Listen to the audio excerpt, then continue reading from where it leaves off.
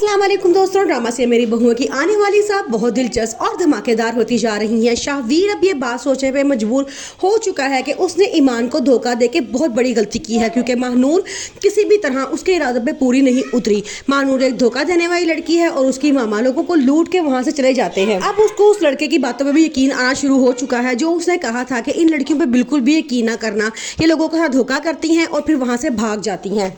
अंबर शाहवीर को समझाते हुए कहती है कि तुम ऐसा करो, महानूर को छोड़ दो और ईमान की तरफ वापस लौट जाओ। वो बहुत अच्छी लड़की है, लेकिन वो आगे से कहता है कि मैंने उसे बहुत माफ़ी मांगने की कोशिश की है, लेकिन वो मुझे माफ़ करने के लिए बिल्कुल भी तैयार नहीं है।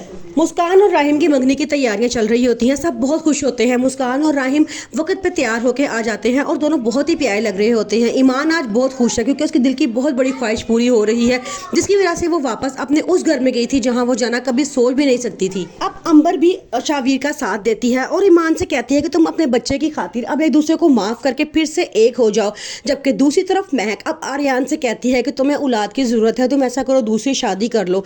आर्यान उसे रोकता है और कहता है तुम्हें क्या हो गया है, देखा है ना शाहवीर ने दूसरी शादी की थी तो दूसरी औरत ने उसके घर में आके क्या किया था, उनका पूरा घर बर्बाद कर दिया है। क्या तुम भी यही चाहती हो कि मैं कोई और औरत घर लेकर आऊं और वो भी हमारे हंसते बसते घर को बर्बाद कर दे? अगर हमारी किस्मत में औलाद लिखी हुई तो हो जाएगी, अगर नहीं लिखी हुई तो नहीं होगी। आर्या ने अब फैसला किया है कि जो रकम उसे वापस मिल चुकी है अब उसके साथ वो मिलकर बिजनेस स्टार्ट करेगा, जिसमें अपने पापा को भी बिठाएगा और अपने तीनों भाइयों के साथ मिलकर उस बिजनेस को आगे बढ़ाएगा। क्योंकि उसकी मामा ने उसे कहा था कि मुट्ठी की बहुत ताकत होती है, एक अकेला हाथ कुछ नहीं कर सकता। तुम अपने भाइयों को अपने साथ मिलाओ, अपने पापा को भी अपनी दुकान पर बिठाओ, इस तरह बरकत होगी और सब मिलकर एक साथ हंसी खुशी जिंदगी गुजारेंगे। आर्यन कहता है मुझे कोई एतराज़ नहीं है। वो अपने दोनों भाइयों को तैयार करता है और कहता है कि तुम लोग मेरे साथ मेरी दुकान पर बैठ के काम करोगे। ईमान जब ऑफिस से घर आती है और उसे पता चलता है कि इस तरह शाहवीर की दूसरी बीवी का मिसकैरेज हो चुका है तो वो बड़ा परेशान होती है।